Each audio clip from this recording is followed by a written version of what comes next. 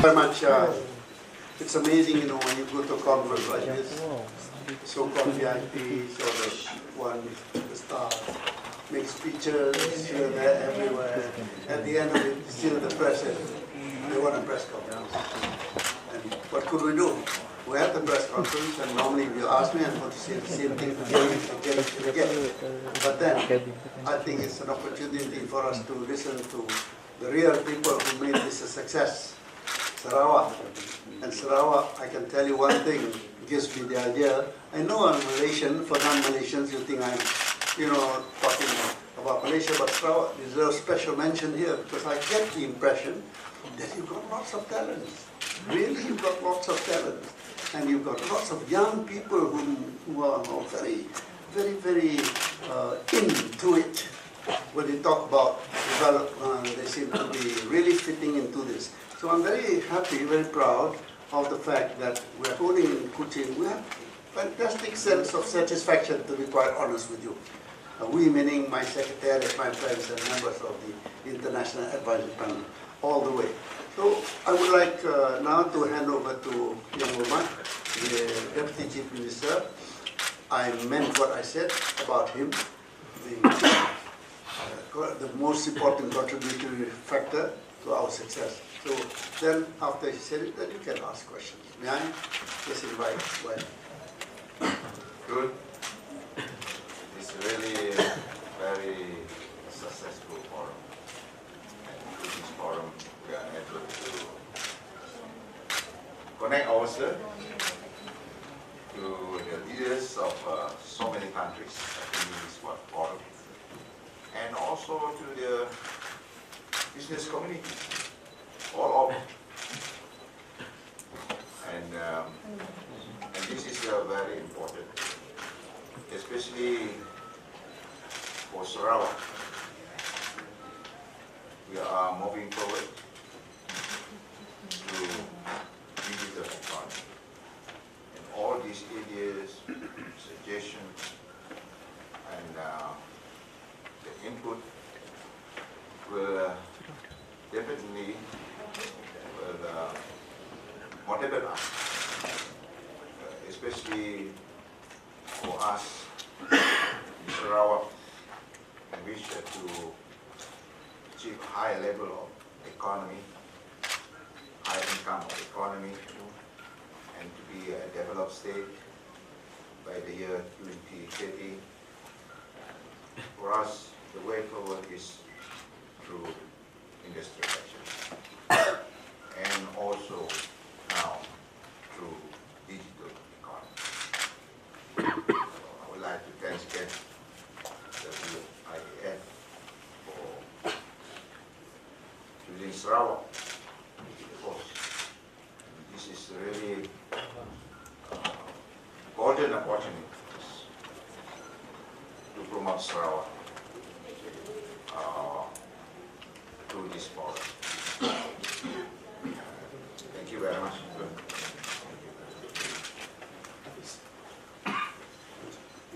Well, don't be afraid of these disruptive changes. No doubt there will be a lot of challenges. But at the same time, they bring a lot of opportunities. Opportunities for you to enhance your business or efficiency in the service delivery. And it covers all sectors. So don't be afraid. And we have to embrace this. And I think the most important thing is you must be able to face the challenge, and you have to improve yourself and be part of it and take advantage of it. Thank you. Well, to begin with, let me say that it sounds very negative, disruptive change. But the fact that we chose that as a subject is a good thing because it shows that we are aware. We are staring right at it every day nowadays. And if you just blink a little bit, something else appears with that, within the context of the digital economy. And I've reminded people that when you want to talk about final success in the development of any country, any state, any area, nowadays you must always connect it to the green economy, which Sarawak has got so much experience, such a vast area that could together develop, so that I've always insisted the humanization of whatever we do. One of the problems about so-called disruptive change is the so-called threat on the human being.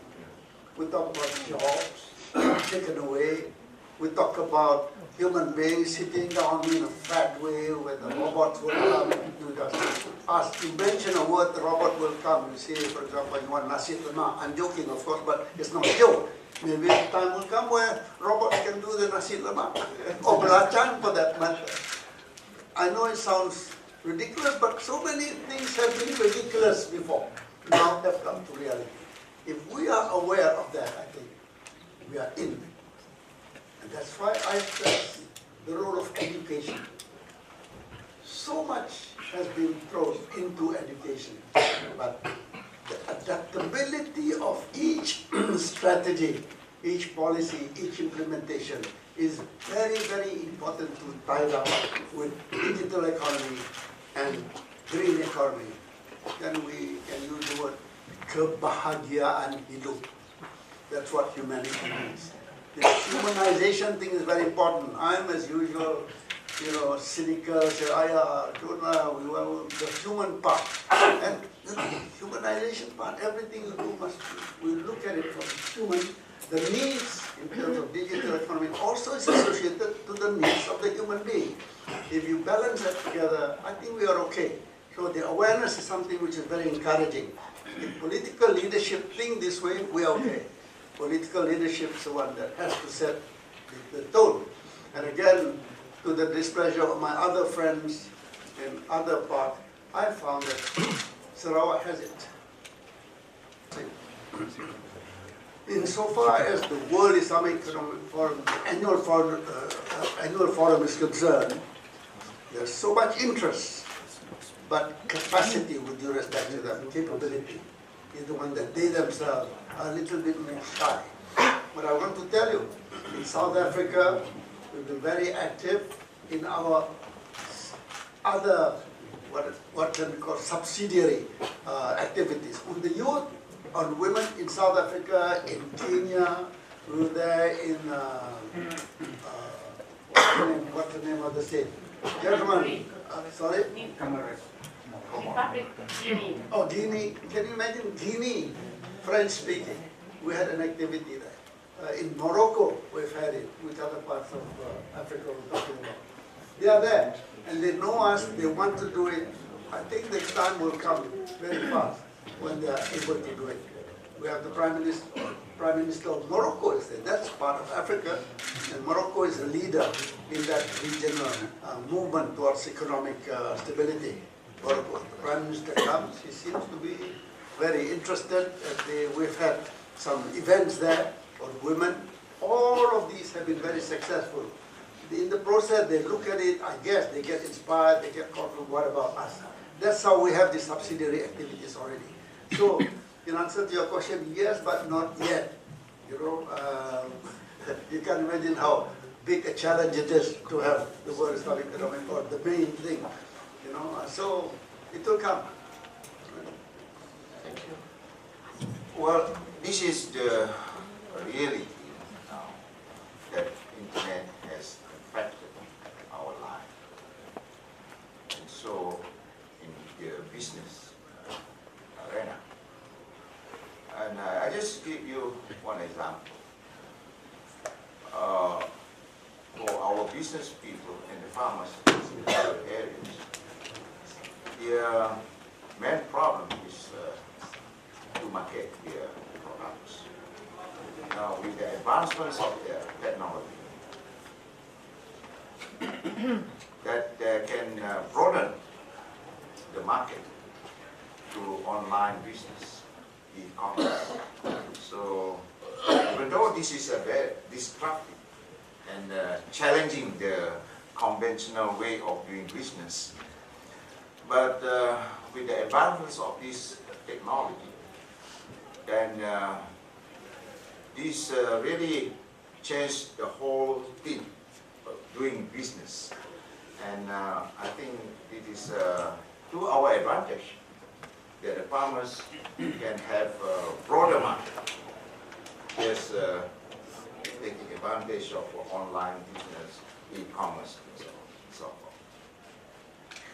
Well, you know, if you look at history, human history, one of the biggest challenges in life is that the human being seems naturally to be against change. They're very reluctant to change. They are afraid of the unknown. But then it is forced onto us. You have to be not only aware, but change yourself. That's very important for us to remember. Now, what do? Simple, if I may say. We need more WIFs or WIF type of organization. I say type. I don't want to make it sound as we control it, that we are the only ones. There are many. The more, the better. Because awareness is very important. And acceptability or acceptance of that reality is very important. And the third one, how to go forward in spite of all these mental blocks, if I may say. And this is going very fast. Really, the changes in mindset, ability to accept it is very, very fast that is going on here. So I think that's the way that we think forward. That is the right thing to do, I think. I see Dr. Noraisa. She has the women activities, she does it. Dr. Noraisa. A very small but very pertinent information to tell the crowd here. The nasi lemak sellers in Semenanjung are already using bitcoins. Yes, it's just for your information. It is there. They are adapting to it very comfortably. Thank you. Thank you. Right. Next question. Yes. Next question. Yes, sir. Yes. Question to Musa. Identify yourself. Yes. My name is Said Hani. I am a deputy editor-in-chief of Al-Gomaria daily newspaper from Egypt. Al-Gomaria, Yes. Egypt, Masir. Al-Gomaria, in Cairo, based on Cairo. He has been very much hands-on and spreading the message in the Middle East with the Arabic language newspaper. Please. Thank you very much. Mr. Musa Hitam, WIEF Foundation play a very active and very important and very necessary role to build peace and safe and security in the world, especially now our world face challenges of war, of troubles, of terrorism. For that, how we can improve this role of WIEF foundations from governments or another organization as OIC, as United Nations, as different organization. Please, what's your message for other international organizations? Thank you very much. Well, to begin with, you know, you come from that part of the world, lots of conflict going on, lots of, you know, situation there. And everybody who comes from there says, look, this is happening, what can you do? We tell ourselves, lots of organizations can do, lots of governments can do. And my point's right, let them do it. They have got together, they seem to have failed. If we come into there before you come in, you are disappeared. The message we send over to them is simple. You guys are providing arms or taking out arms, whatever it is. We guys say, let's try to approach the basic principle and need of humanity to fill their stomachs. How do you fill the stomachs? By business, by working hard, making money enough to be able to support each other. In that way, I think, indirectly, I wouldn't might dare say even directly, you could then understand that because wars are caused by hunger and suffering, by filling the stomach, our possibility of reducing this threat that every day seems to happen can be achieved, I think. So not UN. I've been at the United Nations. I've been at United Nations assemblies. I've been leading Malaysian delegation. I've been Human Rights Commission. I was chairman at commodities conferences and all. Okay, they go on, but I don't think they're successful. Yeah. They spend all night to discuss whether you need a comma or this word should be changed past tense to, the whole night. They serve lots of food and everything else, but they come out with that. Everybody says, they shake among the diplomats. I know I sound very cynical, but it's true in my experience. Congratulations, we did it. We come out. Paris Accord on climate change. You know how many years they took to get that Paris Accord? They did it, and comes something flying in called Trump. They said, no, we don't want to land. We're still going around here, there, everywhere. Vested interests, so much are there. But again, ability to apply the principles as recommended by the Paris Accord goes grudgingly, inch by inch, centimeter by centimeter, not by miles they move. Whereas the world needs a great leap. Again, we cannot do it. The WIEF cannot do it. But we recognize the priority is the stomachs. I know it sounds very too simple, but indeed it is. Fill the stomachs, yeah, and make sure there is. We work together towards it. We achieve something in that sense. So I don't want to comment more because otherwise I get too political, which is not what we want. Yes. If I can say, But thank you very much for spreading the message through your newspapers, please. but to me, one of the most important prerequisites to attract investment is the political stability of that country. And Malaysia as a whole, we are able to attract investment from within our country and from the foreign direct investment is because we have political stability. And number two, we have the government with a very business-friendly government.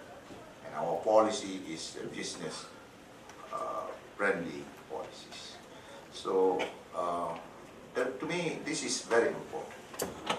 This is very important. So I'm very sorry for countries that is facing turbulence due to their leadership in the country.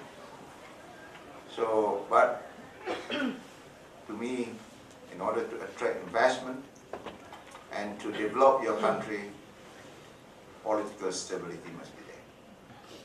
And then you can only build your capability.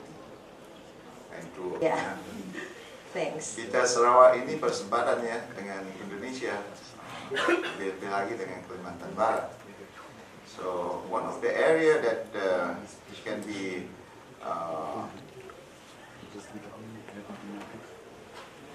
explored is through the border trade.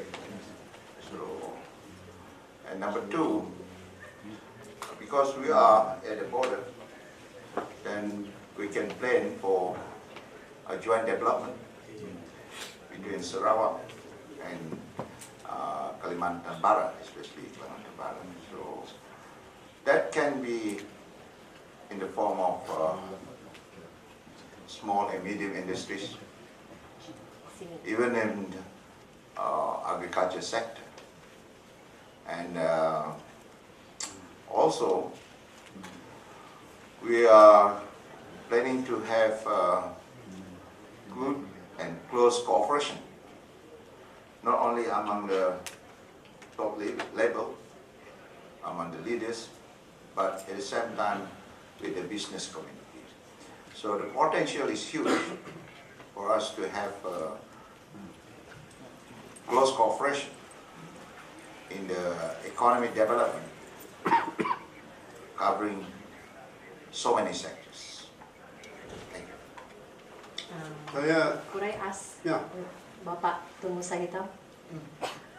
For information of non-Malaysians, we are speaking the same language, Same language. different accents and all that, so no problem.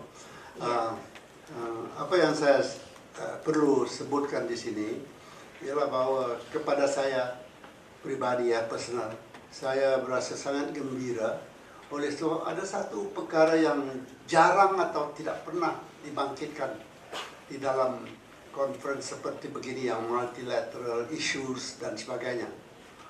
Apakah perkaranya begini, yang ada hubung kait dengan green economy and wildlife and climate change. Tak pernah, tapi di dalam ucapan pembukaan Perdana Menteri Najib, saya sendiri pun boleh dikatakan terperanjat in Malaysia. I was a little bit surprised. Shocked is too strong. I was surprised. My head went up because I had been hassling him. Saya selalu mengacau dia, mengatakan jangan lupa. Kali ini dalam ucapannya, pedatunya, ada yang jelas menyebutkan wildlife, ya, nature dan sebagainya. Dan bukan di situ saja. Daripada situ, waktu diadakan bilateral di antara Malaysia dengan Indonesia dengan Pak Jokowi ada bersama, saya lihat, tengok daripada statementnya, ada juga. Bagaimana caranya kedua-dua pihak perlu berganding, ya, berganding sama-sama berganding di dalam soal climate change dan nature. Ada juga statement yang menyebutkan itu. Dan kami di dalam statement kami yang dibacakan oleh Sekretari Jeneral kita juga menyebutkan, the important thing to remember is that the subject about climate change, the green economy that I was talking about, the need to balance, had been so much neglected to, if it's economy, it's only economy. I was pleasantly surprised when our Prime Minister at the closing ceremony mentioned it. Then during the bilateral meeting between the President of Indonesia and the Prime Minister of Malaysia, the issue was also raised, and then we took it up because it is a result of WIF, the issue of preserving nature and saving wildlife rose. Now, why is it very important? I want to tell you. We are having this conference in the Borneo island, big one that contains 3 countries, Indonesia, Malaysia, Brunei. And it's rich with diversity. But then we are realistic enough to say that, well, lots of animals are being threatened, so we have improved the way we treat forestry, reservation, the way we resuscitate some of the jungle that was cut down, now the way we plan in a much more a scientific way, if you like. By doing that, but we can do better as a way of life. The problem has always been towards the government. I'm sorry I'm saying this loud. It's not politics, just the reality. When it comes to making collective decision, government departments to collaborate, very difficult, it takes slower. So when it comes from the top, the declaration that intergovernmental relationship is very important to deal with animals that are being threatened with extinction, we have achieved something. This is from my personal perspective. I think those NGOs, even government side that want this also would consider it as a happy thing. I'm very happy. To me, one of the biggest achievements which had been lots of facing problems before, now seem to be beginning to be applicable. Apa tindakan juga yang perlu diambil harus dapat kerjasama di antara semua pihak. Brunei, Malaysia, Indonesia. Nampaknya kalau sudah ada dalam bilateral, kita boleh memberitahu kepada pemerintah kedua-dua pihak, kata ini kehendak kerajaan masing-masing. Alhamdulillah, we can start moving now. So, yeah. So, just one more thing is, on the more general economic thing, at the last conference, the 12th conference in Jakarta, I was privileged to be told of your grand economic development program. With Borneo, meaning Kalimantan, there's this huge highway program which you have in Indonesia. It happens that we have, you know this very well, the Borneo highway. The relevance of this is amazing. The opening up of all the area, both sides. So And many both- more actually. Sorry? So many more actually. Not Yes, only yes, Kalimantan. yes. And all these things. And we have to be careful as we do. We don't threaten, when we talk about green economy. In my speech, I talk about interconnectivity, interlinkage. That's why I use that word very much. Don't forget, when you cut down trees, it means something else. How do you avoid or how do you grow or make up for it? The whole exercise, very challenging, but rest assured, when there is awareness and willingness, I think we can do it. I'm sorry to stop, please. Ya, You want to add on to it? Yeah, right. I thought ya saya cuma nak tambah satu. Ya. Satu bidang yang di mana kita sudah mempunyai kerjasama dengan pihak Indonesia, bagi dengan Kalimantan Barat. Kita membekalkan electricity ke Kalimantan Barat. Sekarang ini dalam 150 megawatt, and dia one additional power. And nombor dua, yang amat berhormat Perdana Menteri dalam ucapan pembukaan dia, kita perlu bekerjasama dari segi untuk mengekalkan keadaan alam sekitar kita. Dan melalui projek Heart of Borneo yang telah pun dimeterai di antara Indonesia, Malaysia dan Brunei, ini telah pun berjalan dengan begitu baik. Malahan pihak kita Sarawak, our contribution towards this Heart of Borneo project, initially it only covers about 2.1 million hectares. Now we are expanding that. That's now almost 2.7 million hectares in the Heart of Borneo project. Dan kita mengurusnya secara bersama. Di pihak Indonesia pun begitu luas juga yang telah dimasukkan dalam projek Heart of Borneo.